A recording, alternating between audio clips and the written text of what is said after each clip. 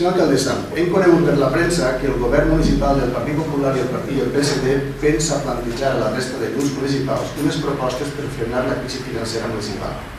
Entre les mesures anunciades està la reducció de sous de regidors, de les retribucions per assistències a òrgans col·legiats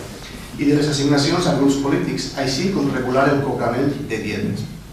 Des de Bloc Compromís valorem positivament la proposta, entre altres motius perquè coincideixen amb tot allò que vam demanar el 30 de juny passat i que van ser rebutjades airadament pel Partit Popular PSD. Pensem que és necessari actuar amb urgència. Els mesos perduts ja no es poden recuperar. Per això cal posar-se a treballar ja per revisar i reduir la despesa corrent, amb un retall de les quantitats que afecten als regidors i als grups municipals, sí, però també actuar en molts altres serveis municipals, en la seva reorganització, introduint major disciplina i control en la despesa en algunes delegacions municipals i buscar fins i tot la col·laboració de la ciutadania, així com també actuacions per augmentar els ingressos i la liquiditat municipals. Per tot això li demanem, senyora alcaldessa, que convoqui ja tots els grups de l'oposició per treballar en comú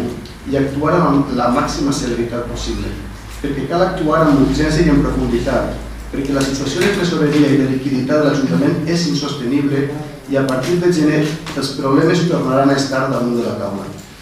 Li demanem que ens expliqui els detalls de les mesures que pensa adoptar en matèria de retribucions i assignacions a grups polítics. I en tot cas, si finalment l'equip de govern decidira no convocar-nos, li demanem, li preguem, en benefici dels interessos de la ciutadania, que tots vostès actuen sense perdre més temps, sense esperar a res, perquè tenen la majoria suficient per a fer-ho.